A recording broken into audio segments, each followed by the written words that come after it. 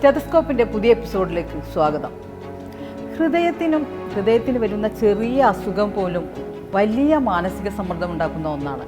അത്രത്തോളം പ്രധാനപ്പെട്ടതാണ് ഹൃദയം. ഹൃദയവും ഹൃദയതാളവും ക്രമാതീതമായി ഉയർന്നു പോവുകയോ കുറഞ്ഞു പോവുകയോ ചെയ്യുന്ന അവസ്ഥ, ഹൃദയമിടിപ്പിൽ വരുന്ന വ്യത്യാസം എന്ന് പറയുന്നത് ഏറ്റവും പ്രധാനപ്പെട്ടതാണ്. അതുപോലെ തന്നെ കാർഡിയാക് അറസ്റ്റ്, ഹൃദയം പെട്ടെന്ന് നിലച്ചു പോകുന്ന അവസ്ഥ, ഇതെല്ലാം നമ്മുടെ നിത്യജീവിതത്തിൽ എന്ന പോലെ പലരും അനുഭവിക്കുന്ന ഒരു പ്രശ്നമാണ്. പെട്ടെന്ന് കുഴഞ്ഞു വീണു മരിക്കുക, ഹോസ്പിറ്റലിൽ എത്താൻ പോലും സമയമില്ലാതെ മരിച്ചു പോകുന്നൊരവസ്ഥ. അപ്പോൾ ഇത്തരത്തിലുള്ള അവസ്ഥ എന്താണ്? ഇതിനെല്ലാം കാരണം ഹൃദയത്തിൻ്റെ എന്ത് രീതിയിലുള്ള പ്രവർത്തനങ്ങൾ കൊണ്ടാണ് ഇതെല്ലാം വരുന്നത്? ഇതിനുള്ള ചികിത്സകൾ എന്തെല്ലാം, ആധുനിക ചികിത്സകൾ എന്തെല്ലാം ലഭ്യമാണ് എന്നെല്ലാമാണ് ഇന്ന് സ്റ്റെതസ്കോപ്പ് വിശദമാക്കുന്നത്. ഏവർക്കും ഒരിക്കൽ കൂടി സ്വാഗതം.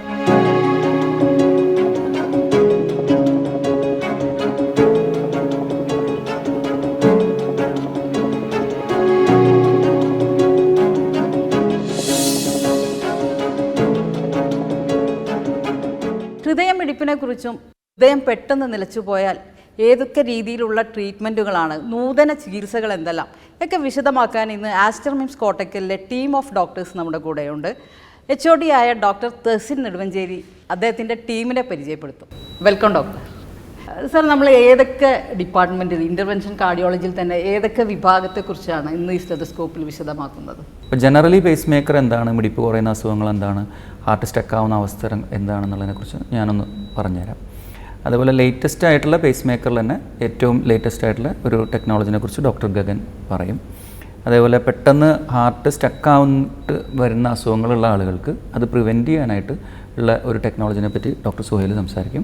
അതേപോലെ ഹാർട്ടിൻ്റെ പമ്പിങ് കുറഞ്ഞിട്ട് ഉള്ള ആളുകളുണ്ട്, കിതപ്പും കാര്യങ്ങളൊക്കെ ഉള്ള, അവരുടെ പമ്പിങ്ങിൻ്റെ ഇത് ഒന്ന് മെച്ചപ്പെടുത്താനും അവരുടെ ശ്വാസമുട്ടും കാര്യങ്ങളൊക്കെ കുറയ്ക്കാനൊക്കെ ഉള്ള വേറൊരു ടെക്നോളജി ഉണ്ട്, CRT എന്ന് പറഞ്ഞിട്ട്. അതിനെക്കുറിച്ച് ഡോക്ടർ മുസ്തഫയും ഇന്ന് സംസാരിക്കും.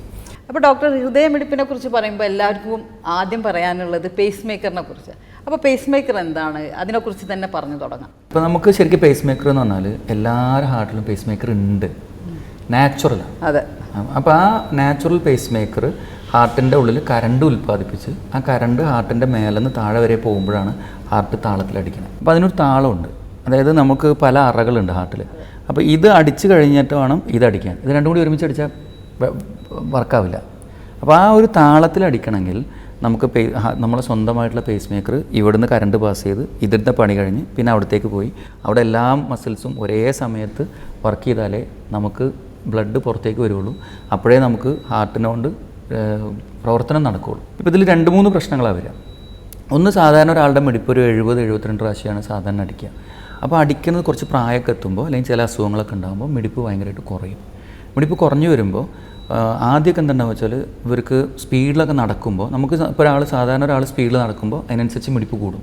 അപ്പോൾ നമ്മൾ ഒരാൾ എക്സസൈസ് സ്റ്റാർട്ട് ചെയ്യുമ്പോൾ ബേസിക് വെറുതെ ഇരിക്കുമ്പോൾ ഇപ്പോൾ 70 ഇടിക്കണമെങ്കിൽ എക്സസൈസ് ഓടുമ്പോൾ 120 എത്തും, ഹാർട്ട് റേറ്റ് അങ്ങോട്ട് കൂടും. അത് നോർമലി ബോഡി ചെയ്യുന്ന സിസ്റ്റമാണ്. അപ്പോൾ ഇനീഷ്യലി ഈ മിടിപ്പിന് തകരാറുള്ള ആൾക്കാർക്ക് ഇതുണ്ടാവില്ല.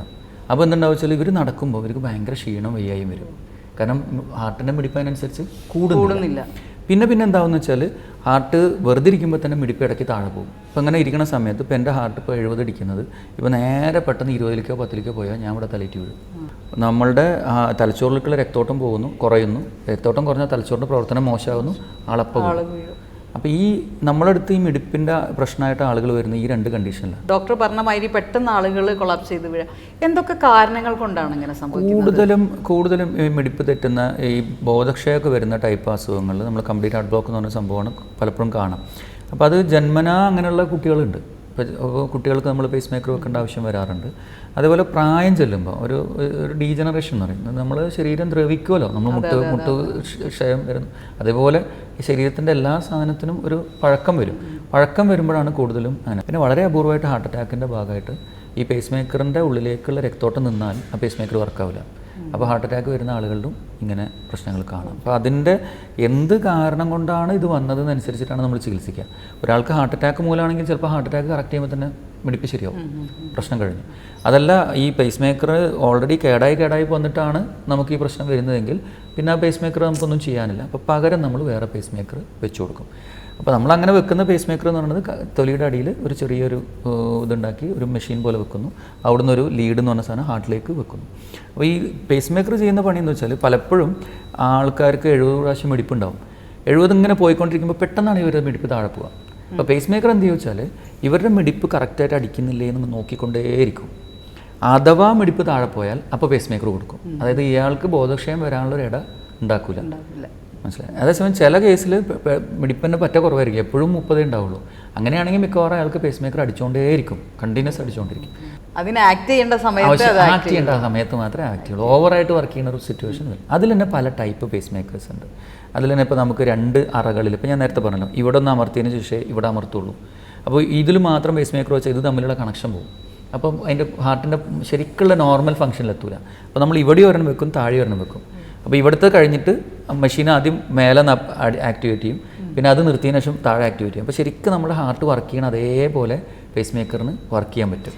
പിന്നെ അതേപോലെ പേസ് മേക്കറിൽ തന്നെ MRI കോമ്പോ, അതിൻ്റെ മെറ്റീരിയൽ ഇപ്പോൾ പണ്ടത്തെ പേസ് മേക്കറിലൊക്കെ നമുക്ക് MRI എടുക്കുന്ന സ്ഥലത്ത് കൊണ്ടുപോയാൽ പേസ് മേക്കർ വർക്ക് പോകും. കാരണം ഈ ഇലക്ട്രോ മാഗ്നറ്റിക് ഏരിയയിൽ പോയാൽ ഇത് മാഗ്നറ്റ് വെച്ചിട്ടാണല്ലോ ഇത് വർക്ക് ചെയ്യുന്നത്. അപ്പോൾ MRI എടുക്കാൻ ചില പേസ് മേക്കറിന് പറ്റില്ല. അപ്പോൾ ഇപ്പോൾ നമ്മൾ മെജോറിറ്റിയും MRI കേപ്പബിൾ പേസ് മേക്കേഴ്സ് ഉണ്ട്. അത് വെച്ച് കഴിഞ്ഞാൽ ആ പേഷ്യൻറ്റ് പിന്നെ MRI എടുക്കാം. അല്ലെങ്കിൽ ഒന്ന് ആലോചിച്ച് നോക്കും, 60 വയസ്സിൽ MRI എടുക്കാൻ പറ്റില്ല എന്ന് പറഞ്ഞാൽ, പിന്നെ തലച്ചോറിൽ എന്തെങ്കിലും പ്രോബ്ലം ഉണ്ട്, അല്ലെങ്കിൽ ബാക്ക് പെയിൻ ഉണ്ട്, നട്ടലിൻ്റെ പ്രശ്നമുണ്ട്, MRI എടുക്കാൻ പറ്റില്ല എന്നാൽ നമുക്ക് എങ്ങനെ അസുഖം കണ്ടുപിടിക്കാൻ പറ്റും? അപ്പോൾ എപ്പോഴും എൻ്റെ ഒരു സജഷൻ MRI കോമ്പാറ്റബിൾ അല്ലാത്ത പേസ് മേക്കർ പരമാവധി വെക്കാതിരിക്കുകയാണ് നല്ലത്. ഇപ്പോൾ ഡോക്ടർ പറഞ്ഞ പോലെ പേസ് മേക്കറിൽ തന്നെ പുതിയ പുതിയ കാര്യങ്ങൾ വന്നുകൊണ്ടിരിക്കുകയാണ്. എന്താണ് നൂതനമായിട്ട് വന്നിരിക്കുന്നത്? ഡോക്ടർ തേസൻ പറഞ്ഞ പോലെ നമുക്കിപ്പോൾ ലേറ്റസ്റ്റ് ആയിട്ട് പേസ് മേക്കർ ടെക്നോളജി ഉള്ളത് ലീഡ്ലെസ് പേസ് മേക്കർ എന്നൊരു സംവിധാനമാണ്. ഒന്ന്, ഇതൊരു മൈനർ സർജറിയാണ്. നമ്മൾ ആ തൊലിപ്പുറത്ത് ചെറിയൊരു മുറിവുണ്ടാക്കിയിട്ട് സ്റ്റിച്ച് ചെയ്തിട്ടാണ് ചെയ്യുന്നത്. 2, ഇതിൻ്റെ അറ്റത്തൊരു നീളത്തിലുള്ള വയർ, ലീഡ് എന്ന് പറയും, അത് നമ്മുടെ ഒരു ഞരമ്പ് വഴി ഹാർട്ടിൻ്റെ ഭിത്തിയിലേക്ക് ഘടിപ്പിക്കുന്നതാണ്. മൈനർ സർജറി ആകുമ്പോൾ പലപ്പോഴും ഈ രക്തോട്ടം ബ്ലീഡിങ് കൂടാതിരിക്കാൻ നമ്മൾ ഈ രക്തം കട്ട പിടിക്കാതിരിക്കാനുള്ള ഹാർട്ട് മെഡിസിൻ നമ്മൾ നിർത്തേണ്ടി വരാം. അത് ചിലപ്പോൾ സേഫ് ആവണമെന്നില്ല. ഒരു മുറിവുണ്ടാക്കുമ്പോൾ അത് കരിയുമ്പോൾ അതിൻ്റെ ഒരു ചെറിയ സ്കാർ, അതിൻ്റെ ഒരു കല എല്ലാ രോഗികൾക്കും ചിലപ്പോൾ താല്പര്യം കാണില്ല. നല്ല പ്രായമുള്ളവർക്ക് ഈ മുറിവ് കരിയാനും അതുമൂലം ഉണ്ടാകുന്ന കോംപ്ലിക്കേഷൻ, അതൊക്കെയാണ് ഇതിലൊരു പ്രായോഗിക പ്രശ്നങ്ങൾ. ഇപ്പോൾ പല സാങ്കേതിക വിദ്യകൾ കൊണ്ട് ഈ മൊത്തം ഈ പേസ് മേക്കറും അതിൻ്റെ വയറും എല്ലാം കൂടി ചുരുക്കിയിട്ട് അതിനെ ഒരു വളരെ കോമ്പാക്റ്റ് ആയിട്ടൊരു യന്ത്രത്തിലേക്ക് മാറ്റിയെടുത്തിട്ട് അതിനാണ് നമ്മൾ ലീഡ്ലെസ് പേസ് മേക്കർ എന്ന് പറയുന്നത്. മരുന്നിൻ്റെ ഒരു ക്യാപ്സ്യൂൾ അതിൻ്റെ വലുപ്പത്തിലാണ് സാധാരണ ഇറങ്ങുന്നത്. അപ്പോൾ ഇതിൽ ശസ്ത്രക്രിയ എന്ന് പറയുമ്പോൾ നമ്മുടെ കാലിൻ്റെ ഞരമ്പ് വഴി ചെറിയൊരു മുറിവ് മുഖേനയാണ് അത് ഹാർട്ടിൻ്റെ ഭിത്തിയിലേക്ക് എത്തിച്ച് അവിടെ ഘടിപ്പിക്കുന്നത്. അപ്പോൾ പ്രൊസീജിയർ കഴിയുമ്പോൾ രോഗിയെ സംബന്ധിച്ചോളം കാലിൻ്റെ അവിടെ ചെറിയൊരു സ്റ്റിച്ച് മാത്രമേ ബാക്കി നിൽക്കുന്നുള്ളൂ. പ്രൊസീജിയർ വളരെ ചുരുങ്ങിയതായതുകൊണ്ട് ഈ യൂഷ്വലി ഒരു 2 ദിവസം കഴിഞ്ഞിട്ടൊക്കെ പേഷ്യൻറ്റിന് വീട്ടിലേക്ക് വിടാവുന്നതാണ്. പ്രവർത്തനത്തെ പറ്റി പറഞ്ഞു വരുമ്പോൾ മിക്ക വലിയ പേസ് മേക്കറിന് അതേ സംവിധാനവും കപ്പാസിറ്റിയും ബാറ്ററി ലൈഫും പലപ്പോഴും ഇപ്പോഴത്തെ ലീഡ്ലെസ് പേസ് മേക്കറിന് ലഭ്യമാണ്. ഇതിപ്പോൾ എല്ലാ ഏജ് ഗ്രൂപ്പിലും പറ്റുമോ? തീർച്ചയായിട്ടും പറ്റും. അങ്ങനെ കുട്ടികൾക്കും പറ്റും. അതിന് ഏജ് ലിമിറ്റ് ഒന്നും എടുത്ത് പറയുന്നില്ല. അതിലൊരു സംഭവം എന്ന് വെച്ചാൽ ഇതിൻ്റെ ഇപ്പോഴത്തെ ബാറ്ററി ലൈഫ് ഒരു 10 വർഷമൊക്കെയാണ്. അപ്പം കുട്ടികളിലൊക്കെ വരുന്ന മിടിപ്പ് എന്ന് പറയുമ്പോൾ പലപ്പോഴും ഭയങ്കര കുറവായിരിക്കും. അപ്പോൾ pace maker full time work ചെയ്യുന്ന പേസ് മേക്കർ ആയിരിക്കും. അപ്പോൾ 10 വർഷം തന്നെ കിട്ടുന്നുണ്ടാവുള്ളൂ ലൈഫ്. അപ്പോൾ ഇത് 10 വർഷം കഴിഞ്ഞാൽ നമ്മൾ പുതിയ പേസ് മേക്കർ ഇടണം. അപ്പോൾ ഇത് ഊരിയിട്ടല്ല ഇടുന്നത്, അതിൻ്റെ സൈഡിലാണ് ഇടുന്നത്. അപ്പം നമുക്ക് 3 എണ്ണം വരെ ഒരു ഹാർട്ടിൽ വെക്കാം. അപ്പോൾ 30 വർഷമേ കിട്ടുള്ളൂ. പക്ഷേ ഇപ്പോൾ ലേറ്റസ്റ്റ് പേസ് മേക്കറൊക്കെ ഒരു 15-17 വർഷം വരെ കിട്ടുന്നുണ്ട്. നമ്മൾ ഹൃദയമിടിപ്പിനെ കുറിച്ചും അതിൻ്റെ പേസ് മേക്കറിനെ കുറിച്ചാണ് ഇത്ര നേരം പറഞ്ഞത്. ഇത് കൂടാതെ കാർഡിയാക് അറസ്റ്റ്, പെട്ടെന്ന് ഹൃദയം നിലച്ചു പോയാൽ ഏതൊക്കെ കാരണങ്ങൾ കൊണ്ട് നിലച്ചു പോകാം, എന്തെല്ലാം അതിനുള്ള ട്രീറ്റ്മെൻറ്റ്, അതിനെക്കുറിച്ചൊക്കെ വിശദമാക്കേണ്ടതുണ്ട്. ഡോക്ടർ മുഹമ്മദ് സുഹൈൽ സാർ, നമ്മൾ പറഞ്ഞ പോലെ ഇപ്പോൾ കാർഡിയാക് അറസ്റ്റ് എന്ന് പറഞ്ഞാൽ എല്ലാവർക്കും അറിയാം, പെട്ടെന്ന് ഹൃദയം നിലച്ചു പോകും. അത് പല കാരണങ്ങളുണ്ടാവാം. ഏറ്റവും കൂടുതൽ നമ്മൾ കാണുന്നത് ഹാർട്ട് അറ്റാക്ക് വന്ന് പെട്ടെന്ന് നമ്മൾ മുൻകൂട്ടി ബ്ലോക്ക് കണ്ടെത്താൻ പറ്റാത്ത ആളുകൾ മേജർ അറ്റാക്ക് വന്ന് ഡെത്തായി പോകുന്നതാണ്. അതല്ലാതെ നമുക്ക് ചില ആളുകളെ നമുക്ക് മുൻകൂട്ടി അറിയാം ഇവർക്ക് ഹാർട്ട് നിന്ന് പോകാൻ ചാൻസ് ഉണ്ടെന്ന ചില അസുഖങ്ങളുണ്ട് ഹാർട്ടിൻ്റെ. ഒന്നും അറ്റാക്ക് വന്ന് നമ്മൾ ആൻജിയോപ്ലാസ്റ്റി ബൈപ്പാസ് കഴിഞ്ഞ ആളുകൾ മരുന്ന് കൊടുത്ത ആളുകൾ തന്നെ ഹാർട്ട് പമ്പിങ് കുറഞ്ഞിട്ടുണ്ടായിരിക്കും. ഇവർക്ക് മരുന്ന് കൊടുത്തിട്ടും പമ്പിങ് ഇമ്പ്രൂവ് ആകാതെ കാലങ്ങളോളം കിടക്കുന്നുണ്ടാവും. അവർക്ക് പെട്ടെന്ന് ഹാർട്ട് താളം തെറ്റി നിന്ന് പോകാൻ സാധ്യതയുണ്ട്. അതല്ലെങ്കിൽ ജന്മനാ തന്നെ ഹാർട്ടിൻ്റെ മസിലുകൾ തന്നെ വീക്കാവുന്ന അസുഖങ്ങളുണ്ട്. അങ്ങനത്തെ ആളുകൾക്കും പമ്പിങ് കുറഞ്ഞ ആളുകൾക്ക് അത് പിന്നീട് പെട്ടെന്ന് ഹാർട്ട് നിന്ന് പോകാൻ സാധ്യതയുണ്ട്. ചില ആളുകൾക്ക് HOCM എന്ന് പറയും, ഹാർട്ടിൻ്റെ മസിൽ കട്ടി കൂടി ജന്മനാ തന്നെ കട്ടി കൂടിക്കൊണ്ട്, എന്നാൽ അത് ബലത്തിലല്ല, ബലമില്ലാത്ത രീതിയിൽ ആരോഗ്യമില്ലാത്ത കട്ടി കൂടുതൽ, അങ്ങനത്തെ അസുഖങ്ങളുണ്ട് ജന്മനല്ലേ. ചില ആളുകളുണ്ട് നമ്മൾ സ്പോർട്സ്മാനൊക്കെ ചില ഫുട്ബോൾ കളിക്കാൻ പെട്ടെന്ന് കുഴഞ്ഞു വീണ് മരിക്കുക എന്നൊക്കെ. പലർക്കും നമ്മൾ ഇത് അറിയാതെ പോയതായിരിക്കും. ഇങ്ങനത്തെ അസുഖങ്ങൾ അറിയാതെ പോയതുകൊണ്ട് ഒരു പെട്ടെന്ന് ഹാർട്ടിൻ്റെ കറണ്ട് താളം തെറ്റി നിന്ന് പോകാൻ സാധ്യതയുള്ള. സാധാരണ ഒരാൾക്ക് പ്രത്യേകിച്ച് എല്ലാവരും ഹൃദയത്തിൻ്റെ അസുഖങ്ങളെക്കുറിച്ചോ അല്ലെങ്കിൽ ഹൃദയമിടിപ്പിനെക്കുറിച്ചോ എപ്പോഴും ടെസ്റ്റ് ചെയ്ത് നോക്കുന്ന ആളുകളല്ലല്ലോ. എന്തായിരിക്കും അതിൻ്റെ ലക്ഷണങ്ങൾ, എങ്ങനെ അത് മനസ്സിലാക്കാൻ പറ്റും? ഹാർട്ടിൻ്റെ പമ്പിങ് കുറഞ്ഞ ആളുകൾക്കുള്ള ലക്ഷണങ്ങൾ പറഞ്ഞാൽ കിതപ്പുകളായിട്ടും ശ്വാസം മുട്ട് കൂടുതൽ അങ്ങനെയൊക്കെ വരുന്നതായിരിക്കാം. പിന്നെ മസിൽ കൊണ്ടുള്ള ബുദ്ധിമുട്ട് ആളുകൾക്കും പൊതുവേ അവരെ പ്രായത്തിലുള്ള ആളുകളെ കൂടുതൽ കിതപ്പുണ്ടാവുക. കിതപ്പായിരിക്കും കോമൺ ആയിട്ടുള്ള ലക്ഷണമായിട്ട് ഇതിനെല്ലാം വരാറ്. നല്ല പമ്പിങ് നല്ല കുറഞ്ഞു കഴിഞ്ഞാൽ പിന്നെ കാലിൽ നീര് വരാ, വയറ് വീർക്കുക, അങ്ങനത്തെ ലക്ഷണങ്ങളൊക്കെ ഉണ്ടാവാം. പലപ്പോഴും നമ്മളിത് സാധ്യതകൾ ഇപ്പോൾ ഞാൻ അറ്റാക്ക് വന്നപ്പോൾ അറ്റാക്ക് വരാൻ സാധ്യതയുള്ള ആളുകളെ മുൻകൂട്ടി കണ്ട ചികിത്സിക്കണം അല്ലേ. പാരമ്പര്യമുള്ള ആളുകളാവാം, പ്രമേഹം, പ്രഷറിൽ അങ്ങനെ ആളുകൾക്ക് മുൻകൂട്ടി കണ്ടെത്തി ബ്ലോക്ക് ഉണ്ടോ ഇല്ലയോ നോക്കി ചികിത്സിച്ചാൽ അങ്ങനെയുള്ള അറ്റാക്ക് കൊണ്ടുള്ള മരണത്തിന് രക്ഷപ്പെടുത്താൻ പറ്റും. അപ്പോൾ നോർമലി കിതപ്പ് കൂടുതലുണ്ടെങ്കിൽ നമ്മൾ ശ്രദ്ധിക്കണം എന്നുള്ളത് തന്നെയാണ്. നമ്മളെ പ്രായത്തിലുള്ള ആളുകൾക്ക് ഇല്ലാത്ത കിതപ്പ് നമുക്ക് ഒരു ആക്ടിവിറ്റി ചെയ്യുമ്പോണ്ടെങ്കിൽ അതാണ് നമ്മൾ അസാധാരണം എന്ന് പറയാം. ഇപ്പോൾ ഞാൻ 40-70 വയസ്സുള്ള ആൾ എൻ്റെ എത്ര ആക്ടിവിറ്റി ചെയ്യാൻ കഴിയില്ല. അപ്പോൾ അവർക്ക് അവരെ കറസ്പോണ്ടിങ് ഏജിൽ ആൾക്ക് കിതപ്പ് വരുന്നുണ്ടെങ്കിലാണ് നമ്മൾ അബ്നോർമൽ എന്ന് പറയാൻ. ഇപ്പോൾ പമ്പിങ് കുറഞ്ഞ ആളുകൾക്ക്, ഇപ്പോൾ അറ്റാക്ക് വന്നും മറ്റും പമ്പിങ് കുറഞ്ഞ ആളുകൾ മരുന്ന് കൊണ്ടും മറ്റും പമ്പിങ് ഇമ്പ്രൂവ് ആവുന്നില്ലെങ്കിൽ അവർ ഈ പൊടുന്നതിലുള്ള മരണങ്ങൾ സംഭവിക്കാതിരിക്കാൻ ഉള്ള ഒരു പ്രൊസീജിയർ, ഒരു നേരത്തെ പൈസ് മേക്കർ പോലെ ഒരു സംവിധാനം, ICD ഇംപ്ലാന്റ് എന്ന സംവിധാനം ഇപ്പോൾ നമുക്ക് ഉണ്ട്. അത് വെച്ച് കഴിഞ്ഞാൽ അവർ പെട്ടെന്നുള്ള മരണങ്ങളിൽ നിന്ന് അവരെ രക്ഷപ്പെടുത്താൻ സാധിക്കും. അപ്പം അങ്ങനത്തെ ആളുകൾക്ക് ഓൾറെഡി നമ്മൾ ICD നേരത്തെ പേസ് മേക്കർ പോലെ ചെറിയൊരു സാധനം ഇവിടെ ഫിറ്റ് ചെയ്യും. ICD എന്നുള്ളത് പേസ് മേക്കറിൽ കുറച്ച് സൈസ് ഉണ്ടാവുമെന്ന് മാത്രം, കട്ടിയുള്ളൊരു സാധനം തന്നെയാണ്. നേരത്തെ ഗഗൻ പറഞ്ഞ പോലെ ചെറിയൊരു തൊലിക്കടിയിൽ വയ്ക്കുന്നതാണ്. ഒരു വയറിട്ട് ഹാർട്ടിന് കൊടുക്കും. അതുപോലെ ഹാർട്ടിൻ്റെ മിടിപ്പ് നേരത്തെ പറഞ്ഞ പോലെ ഇങ്ങനെ മോണിറ്റർ ചെയ്തുകൊണ്ടേയിരിക്കും. ഇതിൻ്റെ എത്ര കാലത്ത് വയ്ക്കാൻ പറ്റും, എങ്ങനെയാണ് അതിൻ്റെ ഒരു എന്തല്ല ബാറ്ററി ഇതുപോലെ തന്നെയാണ്. ആവറേജ് ഒരു 10 വർഷമാണ് ഇതിന് പറയുക. അതിനിടയ്ക്കിടയ്ക്ക് അതിൻ്റെ ഉപയോഗം അനുസരിച്ചിട്ട് കൂടിയും കുറഞ്ഞിരിക്കുകയാണ്. 10 വർഷം കഴിഞ്ഞാൽ പിന്നെ ബാറ്ററി ചേഞ്ച് ചെയ്യും. അത് PG മാത്രമേ മാറ്റേണ്ടുള്ളൂ. ഇനി നമുക്ക് അറിയേണ്ടത് ഹൃദയത്തിൻ്റെ പമ്പിങ്ങിനെ കുറിച്ചാണ്. ഈ പമ്പിങ് ഒരുപോലെ അല്ലെങ്കിൽ എന്ത് സംഭവിക്കും, ഏതൊക്കെ രീതിയിൽ അതിനെ ചികിത്സിക്കാമെന്നാണ് ഡോക്ടർ മുഹമ്മദ് മുസ്തഫ അതിനെക്കുറിച്ച് സംസാരിക്കും. ഈ പമ്പിംഗ് എന്ന് പറയുന്നത് വളരെ പ്രധാനപ്പെട്ടതാണ്. അതിൻ്റെ ഒരു ബാലൻസിങ് എന്ന് പറയുന്നത് എങ്ങനെയാണ് ഇത് ഇങ്ങനെ ഒരു ക്രമം തെറ്റി വരുന്ന? നമ്മൾ മോസ്റ്റ് കോമൺ ആയിട്ട് നമ്മൾ കാണുന്നത് ഈ ഹാർട്ടിൽ വരുന്ന ബ്ലോക്കുകൾ തന്നെയാണ്. കുറേ വർഷങ്ങളായിട്ടുള്ള ബ്ലോക്ക്, അല്ലെങ്കിൽ അറ്റാക്ക് വന്നതിന് ശേഷം പിന്നെ നമ്മൾ ആൻജിയോപ്ലാസ്റ്റി ചെയ്തു അല്ലെങ്കിൽ ബൈപ്പാസ് ഒന്നും വേണ്ട സമയത്ത് ചെയ്തില്ല, ഒരുപാട് ഡിലേ ആയി, അങ്ങനെയുള്ള പേഷ്യൻസൊക്കെ ആണെങ്കിൽ അവരുടെ ഹൃദയത്തിൻ്റെ രക്തോട്ടം കുറവായിരിക്കും. മസിലുകളിലേക്ക് കിട്ടുന്ന രക്തോട്ടം കുറഞ്ഞിട്ട് ഈ മസിലുകൾ പതുക്കെ പതുക്കെ അങ്ങനെ വീക്കാവുകയാണ്. അത് വേണ്ട അത്ര രീതിയിലുള്ള പമ്പ് ചെയ്യാനുള്ള കഴിവ് മസിലുകൾക്ക് നഷ്ടപ്പെടുന്നു. ഇത് വരാതിരിക്കാനാണ് നമ്മൾ എത്രയും പെട്ടെന്ന് ബ്ലോക്ക് വന്നാൽ പെട്ടെന്ന് നീക്കം ചെയ്യണമെന്ന് പറയുന്നത്. അതൊന്നും സംഭവിച്ചില്ല. മസിൽ പതുക്കെ വീക്കായി വരുമ്പോൾ ഇയാളുടെ ശരീരത്തിന് ആവശ്യമായിട്ടുള്ള രക്തം സപ്ലൈ ചെയ്യാൻ ഇദ്ദേഹത്തിൻ്റെ ഹാർട്ടിന് കഴിയാതെ വരുന്നു. അപ്പോൾ അതുകൊണ്ടുണ്ടാകുന്ന പലതരം പ്രശ്നങ്ങളുണ്ടാവും. അതിന് നമ്മൾ കോമൺ ആയിട്ട് ഹാർട്ട് ഫെയിലിയർ എന്ന് പറയുന്നത്. അപ്പോൾ ഇത്തരം രോഗികൾക്ക് പമ്പിങ് കുറവിൻ്റേതായ പ്രശ്നങ്ങളെല്ലാം ഉണ്ടാവും. നേരത്തെ പറഞ്ഞ പോലെ സ്റ്റാർട്ടിങ്ങിൽ നടക്കുമ്പോൾ കിതപ്പായിരിക്കാം, പിന്നെ കിതപ്പിൻ്റെ അളവ് കൂടി വരും. ചെറിയ കാര്യങ്ങൾ ചെയ്യുമ്പോൾ കിതപ്പ് വരാം. കുറച്ചും കൂടി അധികമായാൽ കാലിൽ നീര് വരാം, വയറിൽ നീര് വരാം. പിന്നെ ഇടയ്ക്കിടയ്ക്ക് ശ്വാസകോശത്തിലേക്ക് നീര് കയറിയിട്ട് കൂടെ ഹോസ്പിറ്റലിൽ അഡ്മിറ്റ് ആവേണ്ട ഒരു സിറ്റുവേഷനെല്ലാം വരാം. ഇതൊരു ഹാർട്ട് ഫെയിലിയർ സിൻഡ്രോമാണ്. അതിന് വേണ്ടിയിട്ടുള്ള ഇപ്പോൾ അഡ്വാൻസ്ഡ് ആയിട്ടുള്ള ട്രീറ്റ്മെൻറ്റ് എന്താണ്? ഹാർട്ട് ഫെയിലിയർ പേഷ്യൻ്റിൽ ഈ 2 അറകൾ തമ്മിലുള്ള ആ ഒരു കോൺട്രാക്ഷൻ അത് കറക്റ്റായിട്ടല്ല, അത് സിങ്ക്രണൈസ്ഡ് അല്ല. ഒന്ന് കോൺട്രാക്റ്റ് ചെയ്യുന്നു, അപ്പോൾ മറ്റേത് ചെയ്യുന്നില്ല. ഒരു യൂണിഫോമിൽ അത് നല്ല കറക്റ്റായിട്ടല്ല നടക്കുന്നത്. അപ്പോൾ അതിന് നമ്മൾ എങ്ങനെ അത് കോർഡിനേറ്റഡായിട്ട് ഒരേ സമയത്ത് കോൺട്രാക്റ്റ് ചെയ്യാൻ കഴിയും, അതിന് വേണ്ടിയിട്ടാണ് ഒരു പുതിയ മെഷീൻ ലേറ്റസ്റ്റ് ആയിട്ട് വന്നത്. CRT-D എന്നാണ് പറയുക. ഇതിലെന്ന് വെച്ച് കഴിഞ്ഞാൽ നമ്മൾ ഇടതുഭാഗത്ത് ഹാർട്ടിലെ അറിയും, വലതേ ഭാഗത്തെ ഹാർട്ടിലെ അറിയും ഒരേ സമയത്ത് ഒന്നിച്ച് കോൺട്രാക്റ്റ് ചെയ്യും. അപ്പോൾ ഒന്നിച്ച് ഹാർട്ടിൻ്റെ ഉള്ളിൽ നിന്ന് ബ്ലഡ് നല്ല ഫോഴ്സിൽ പോകും. ഇതിങ്ങനെ കാലക്രമേണ ചെയ്തുകൊണ്ടിരിക്കുമ്പോൾ നമ്മൾ ഹാർട്ടിന് വന്ന ഡാമേജൊക്കെ സ്ലോലി കറക്റ്റഡായിട്ട് പതുക്കെ നമ്മളെ പമ്പിങ് കപ്പാസിറ്റി കൂടും. പമ്പിങ് കപ്പാസിറ്റി കൂടുന്നതിനനുസരിച്ചിട്ട് ആളിൻ്റെ ഒരു ഇടയ്ക്കിടയ്ക്ക് അഡ്മിറ്റ് ആവുന്നതിൻ്റെ ആവശ്യകതയൊക്കെ കുറഞ്ഞുകൊണ്ടിരിക്കുമ്പോൾ ഒരു ക്വാളിറ്റി ഓഫ് ലൈഫ് ഇമ്പ്രൂവ് ചെയ്യും. അപ്പോൾ ഒരു നല്ലൊരു ലൈഫ് സേവിങ് മെഷർമെൻറ്റ് ഇതാണ്. അപ്പോൾ പെട്ടെന്ന് വരുന്ന കാർഡിയാക് അറസ്റ്റിന് ഒന്ന് പ്രിവെൻറ്റ് ചെയ്യാനും, അതായത് ഷോക്ക് ചെയ്ത് പ്രിവെൻറ്റ് ചെയ്യാനും ഈ CRT-D മെഷീന് നടക്കും. ഇപ്പോൾ ഒരുവിധം പേഷ്യൻസൊക്കെ ഇത് ഉപയോഗിക്കുന്നുണ്ടോ? അഡ്വാൻസ്ഡ് രീതിയിലേക്ക് ആളുകൾ മാറിയോ? അത് ലേറ്റസ്റ്റ് ടെക്നോളജിയാണ്. നമ്മളെ വേൾഡ് ഹാർട്ട് ഫെഡറേഷൻ്റെയും അമേരിക്കൻ കാർഡിയോളജി സൊസൈറ്റി എല്ലാം പറയുന്ന ഗൈഡ് ലൈൻ അനുസരിച്ചിട്ട് നമ്മൾ പേഷ്യൻസിനോട് സജസ്റ്റ് ചെയ്യും. ഈ ഫ്രീക്വൻ്റായിട്ട് അഡ്മിറ്റ് ആവുന്ന പേഷ്യൻസിനോടൊക്കെ നമ്മൾ സജസ്റ്റ് ചെയ്യാറുണ്ട്. പിന്നെ അഫോർഡബിൾ ആയിട്ടുള്ള പേഷ്യൻസിനൊക്കെ വില്ലിംഗ് ആയിട്ട് അവർ ചെയ്യാറുണ്ട്. ഇപ്പോൾ ഡോക്ടർ, നമ്മളിപ്പോൾ ഒരുപാട് കാര്യങ്ങൾ പറഞ്ഞു അല്ലേ? പമ്പിങ്ങിനെ കുറിച്ച് പറഞ്ഞു, ഹൃദയം നിലക്കുന്നതിനെ കുറിച്ച് പറഞ്ഞു. അപ്പോൾ ആളുകളുടെ ഇടയിൽ എല്ലാവർക്കും ഇത്തരത്തിലുള്ള കൺഫ്യൂഷൻസ് ഉണ്ടാവും. എൻ്റെ ഹൃദയത്തിന് എന്തെങ്കിലും കുഴപ്പമുണ്ടോ, കിതപ്പുള്ളവരുണ്ടാവും. അപ്പോൾ പൊതുവെ എങ്ങനെയാണ് ഇത് നമ്മൾ കണ്ടെത്തുന്നത്? അതായത് നമുക്ക് ഇപ്പോൾ നമ്മൾ ഈസി ആയിട്ട് ചെയ്യുന്ന പല ടെസ്റ്റും വെച്ചിട്ട് എല്ലാ അസുഖങ്ങളും കണ്ടെത്താൻ പറ്റില്ല. ഇപ്പോൾ നമ്മളിപ്പം ഏറ്റവും കൂടുതലായിട്ട് ഫേസ് ചെയ്യുന്ന ഒരു പ്രശ്നം എന്ന് പറഞ്ഞാൽ നാട്ടിലെ ഹാർട്ട് അറ്റാക്കിൻ്റെ എണ്ണം കൂടി വരുന്നു, വളരെയായിട്ട് കൂടി. ഹാർട്ട് അറ്റാക്ക് പണ്ട് പ്രായമുള്ള ആൾക്കാർക്ക് വന്നിരുന്നത് ഇപ്പോൾ ചെറുപ്പക്കാർക്ക് വരുന്നു. അപ്പോൾ ഇതിനെക്കുറിച്ച് നമ്മൾ മൊത്തത്തിൽ നോക്കുമ്പോൾ ഇപ്പം നമ്മൾ ഹോസ്പിറ്റലിൽ ഇരുന്ന് പ്രാക്ടീസ് ചെയ്യുമ്പോൾ നമുക്ക് എന്താ കിട്ടുന്നതെന്ന് വെച്ചാൽ നമുക്ക് ഈ ജനങ്ങളെ കാണുന്നില്ല.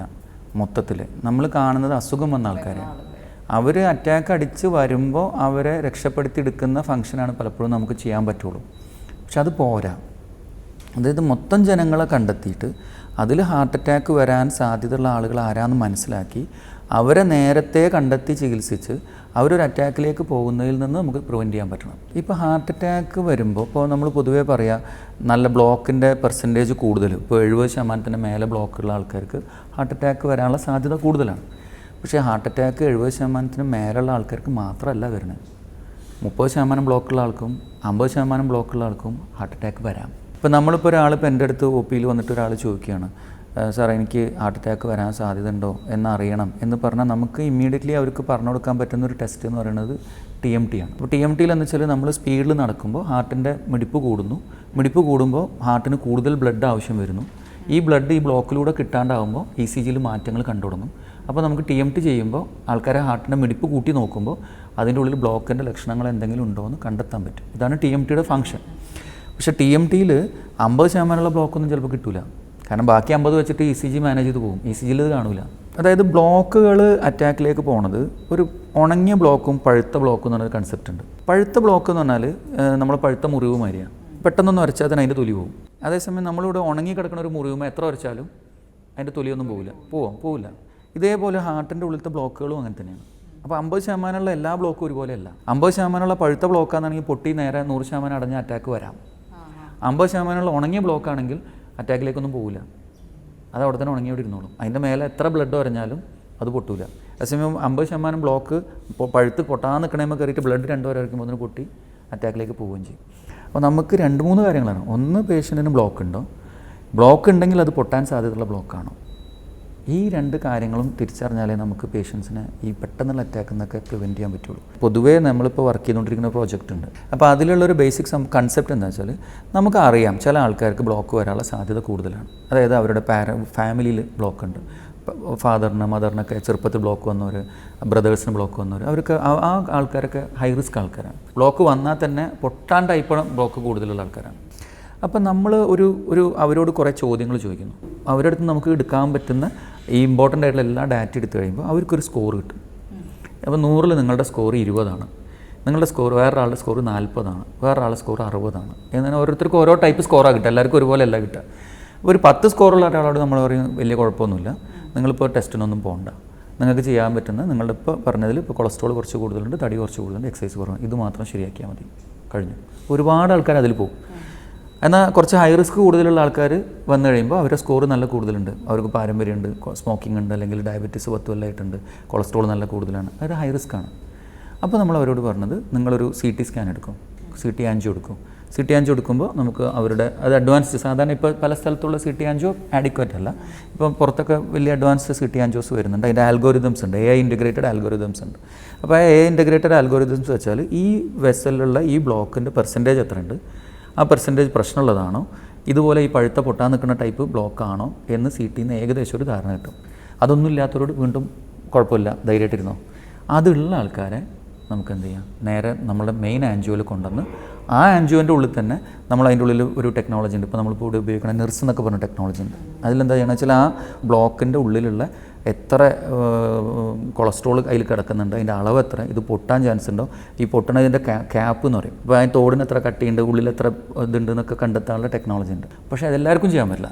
അപ്പോൾ നമ്മൾ ആദ്യം ഈ സ്കോർ എടുത്ത് CT എടുത്ത് പ്രോബ്ലം ഉള്ള ആൾക്കാരെ മാത്രം ഇതിലേക്ക് കൊണ്ടുവരാൻ ഈ ഒരു സ്റ്റേജിലേക്ക് വന്നാൽ നമ്മൾ മൊത്തത്തിൽ കേരളത്തിലുള്ള എല്ലാ പോപ്പുലേഷനിലും നാട്ടിലുള്ള എല്ലാവരെയും ചെക്ക് ചെയ്യാൻ പറ്റിയാൽ നമുക്ക് ഒരുപാട് ഹാർട്ട് അറ്റാക്ക് നേരത്തെ കണ്ടെത്താനും അത് പെട്ടെന്നുള്ള മരണത്തിലേക്ക് പോകാതിരിക്കാനും ഈ 30% 20% ലെവലിൽ തന്നെ അവരെ കണ്ടെത്തിയിട്ട് നല്ല സ്ട്രോങ് മെഡിസിൻസ് കൊടുത്ത് അവരുടെ ലൈഫ് മാറ്റിയെടുത്തിട്ട് നമുക്ക് ഇത് കൂടി വരാതിരിക്കാനും ഒക്കെ സാധിക്കും.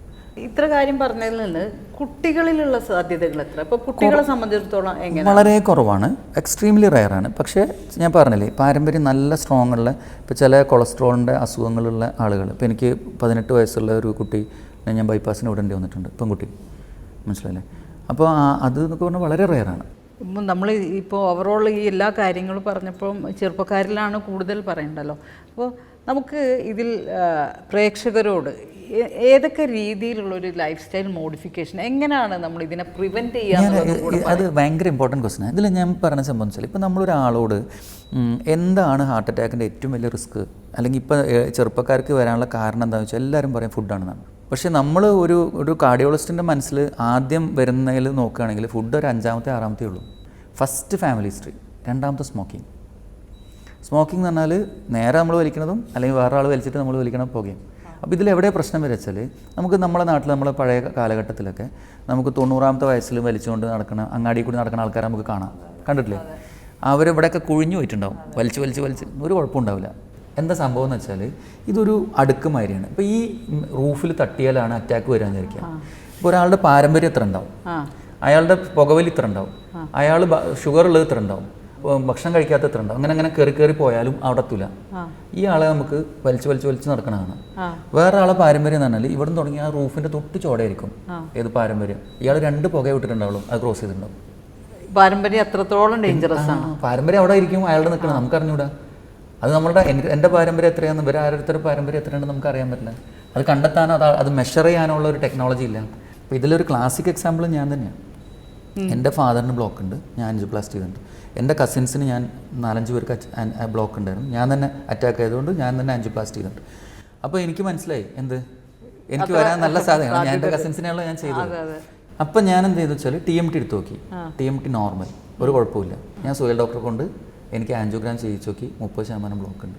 അപ്പോൾ അതേപോലെ അതേ ഞാൻ പറഞ്ഞു, പാരമ്പര്യം മാത്രമാണ് ഒരു പ്രശ്നം അല്ല. 10 കൊല്ലം മുമ്പ് ശേഷം ഒരു 15 കൊല്ലമായിട്ടുള്ള ഡയബറ്റീസ് ഒരു പ്രശ്നമാണ്. അപ്പോൾ അങ്ങനത്തെ ഒരു 10 പോയിന്റ് ഞാൻ നേരത്തെ പറഞ്ഞു. ഇതിലേതെങ്കിലുമുള്ള ആളുകൾ ആൻജിയോഗ്രാം, അതന്നെ ഈ ആൻജിയോഗ്രാം ചെയ്യേണ്ട, CT എടുത്താൽ മതി. നമ്മൾ അതിന് പറ്റിയ റേഡിയോളജിസ്റ്റ് അതിനുള്ളതായിരിക്കണം, മെഷീൻ ആ ലെവലിലായിരിക്കണം. CTയുടെ ഏറ്റവും വലിയ പ്രത്യേകത എന്ന് വെച്ചാൽ നമ്മൾ ചെയ്യുമ്പോൾ ഹാർട്ട് റേറ്റ് വളരെ കുറവായിരിക്കണം. വലിയ മിടിപ്പിലാണെങ്കിൽ ഹാർട്ട് റേറ്റ് 100 ആണെങ്കിൽ CT തെറ്റിപ്പോകും. അപ്പോൾ നമ്മൾ CTക്ക് ഒരു പേഷ്യൻറ്റ് വിടുമ്പോൾ ആദ്യം വെച്ചാൽ മിടിപ്പ് കൺട്രോൾ ആക്കാനുള്ള മെഡിസിൻസ് കൊടുത്ത് ഹാർട്ട് റേറ്റ് കുറച്ച് കൺട്രോൾ ആക്കിയിട്ടേ CTക്ക് വിടുള്ളൂ. അപ്പോൾ കറക്റ്റ് റിസൾട്ട് കിട്ടും. പ്രശ്നമില്ല എന്ന് പറഞ്ഞാൽ അയാളോട് നീ വഴിക്കാൻ വരണ്ടായി. നമുക്ക് ഈ ഹാർട്ട് അറ്റാക്കുകൾ വരുന്നതിൻ്റെ മുമ്പ് ആളുകളെ കണ്ടെത്തി അവർക്ക് അറ്റാക്ക് വരാതിരിക്കാനുള്ള ടെക്നോളജികൾ വരണം. അതിലേക്കാണ് ഇപ്പോൾ വർക്ക് ചെയ്തുകൊണ്ടിരിക്കുന്നത്. ഇപ്പോൾ നമ്മുടെ പ്രേക്ഷകർ ഇത് കാണുമ്പോൾ ഒരുപാട് ടെൻഷനുണ്ടാവും, പലർക്കും കിതപ്പുണ്ടാവും, എല്ലാ പ്രശ്നങ്ങളും ഉണ്ടാവും. പ്രേക്ഷകർ ഈ എപ്പിസോഡിൽ പ്രത്യേകം ശ്രദ്ധിക്കേണ്ടത്, സാറ് പറഞ്ഞ പല കാര്യങ്ങളിലും ഫാമിലി ഹിസ്റ്ററിയാണ് ഏറ്റവും പ്രധാനം എന്നുള്ളത്. അതുകൊണ്ട് തന്നെ നമ്മളെ ഫാമിലിയിൽ ആർക്കെങ്കിലും, നമ്മുടെ ബ്രദേഴ്സിനോ സിസ്റ്റേഴ്സിനോ എന്തെങ്കിലും ഹൃദയത്തിൻ്റെ പ്രശ്നങ്ങളുണ്ടെങ്കിൽ നമ്മൾ ആ ഫാമിലിയിലുള്ള സഹോദരങ്ങളോ എല്ലാവരും ഒന്ന് ഈ പറഞ്ഞ രീതിയിലുള്ള ചികിത്സകൾ മുൻകൂട്ടി നമ്മൾ അതിനെ കണ്ടെത്തി ചികിത്സിക്കുക എന്നത് തന്നെയാണ് പ്രധാനം. പേസ് മേക്കറിനെ കുറിച്ചും ഹൃദയം പെട്ടെന്ന് നിലച്ചു പോയാൽ ഏതൊക്കെ രീതിയിലുള്ള പുതിയ രീതിയിലുള്ള ചികിത്സകളുണ്ട് എന്നും പ്രേക്ഷകർക്ക് മനസ്സിലായി എന്ന് വിശ്വസിക്കുന്നു. അടുത്ത എപ്പിസോഡിൽ വീണ്ടും കാണാം. നന്ദി, നമസ്കാരം.